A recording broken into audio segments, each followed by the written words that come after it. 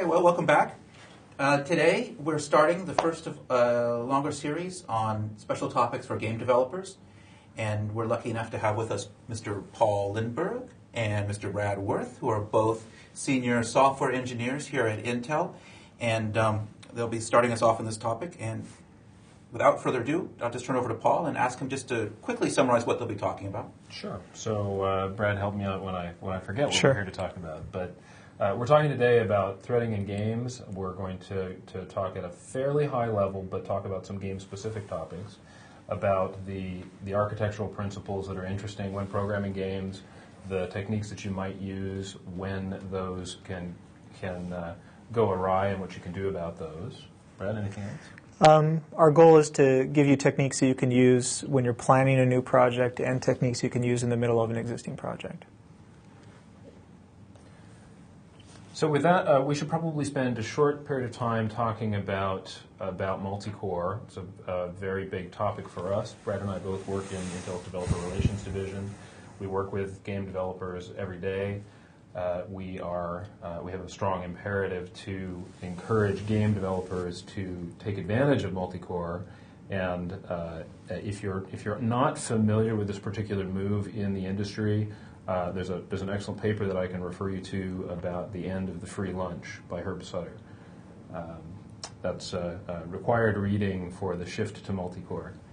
So let me dive in a little bit more and make sure that you understand the era of continually seeing automatic performance gains come to your title because of increasing CPU performance on a single processor core.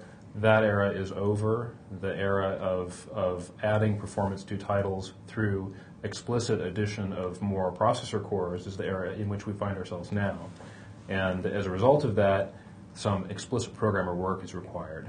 That's why we're having this talk. That's what makes this an interesting thing to go talk to game developers about. So there are some other techniques that we see that have gotten a bit of press in recent years. We've had a lot of discussion about auto-parallelization, auto-vectorization. Some of these are techniques that compilers can provide for you. Honestly, they only really help a fairly specific subset of programs, none of which happen to map to the games that you're currently developing. So a lot of programmer work is required to be able to program and target asynchronous use between multiple cores. The other thing to know about that is that this does affect the entire life cycle of your title. Brad mentioned already the design part of the cycle. This certainly affects the development and also affects the testing cycle. And it helps to understand what you have done to your title to take advantage of Multicore and understand the kinds of timing issues that can affect your title on different platforms. So, specifically, we're going to spend more time talking about special challenges in applying multi-core techniques to games. Go ahead. Let me take over here for a moment. I'm going to talk about two of the graphs that we use to demonstrate the value of multi-core processors to games. These are diagrams we use all the time. I'm going to draw a diagram here.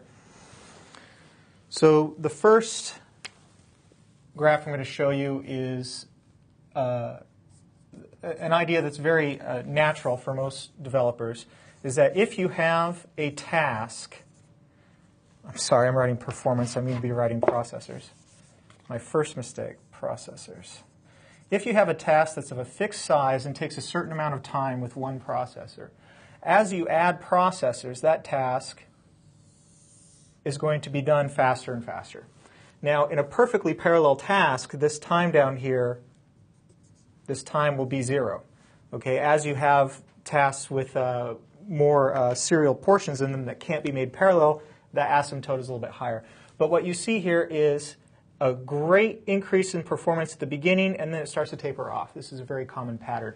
This is what you see when you start focusing on using multi-core to improve frame rate, to increase the frequency of the physics time step, that sort of thing.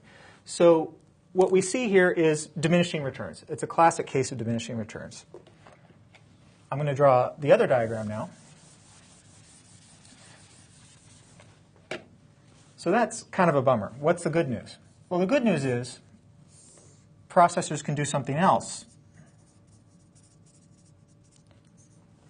So if we start talking about features, and we have a certain level of complexity of features with one core, presuming that this is that we can max out the use of each core, well, as we add processors, we have essentially linear growth in features. Okay? So what we've seen thus far with a lot of game development is developers focusing almost exclusively on that first graph of trying to bring down the time of the time it takes to render each frame, the speed of the physics, etc. And you can see that as Intel provides multi-core processors, that there's probably more returns to be had in adding features instead of trying to reduce time. So both techniques are useful in games. We're trying to encourage people to approach both of those ideas, and that's some of the different things we're going to be talking about today. Excellent, Brad. Thank you.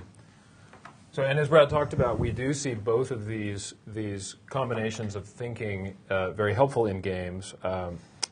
We want to also make note that we have seen existing threading in games for a number of years, but it's largely been used to offset the time taken by very long latency operations like file loads, in some cases sort of streaming background updates for advertisements, etc.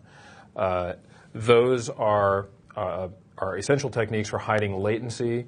They're not otherwise facets of threading games for performance, so we're not going to focus on those here today.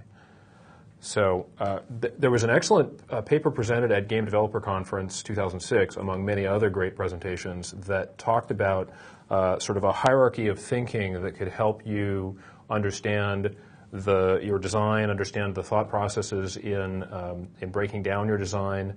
That was presented by Martin and Balfour from EA Sports. EA Sports. And titled Sim Render Repeat. And we like to refer to the breakdown that they listed in their presentation, which begins with an understanding of time inside your title, an understanding of how your title is going to relate to time. Build on top of that a notion of the coupling between the subsystems in your game, and then only once you've mastered those notions and you have a strong understanding of the relationships in time and in coupling and the impacts on performance, stability, memory, etc., only then can you really properly address the concurrency that you can add into your title. And they have some pretty useful diagnostic tools in that paper. I encourage you to take a look at that to help understand where a particular technique may be a good fit for your title or a bad fit, help you make that determination.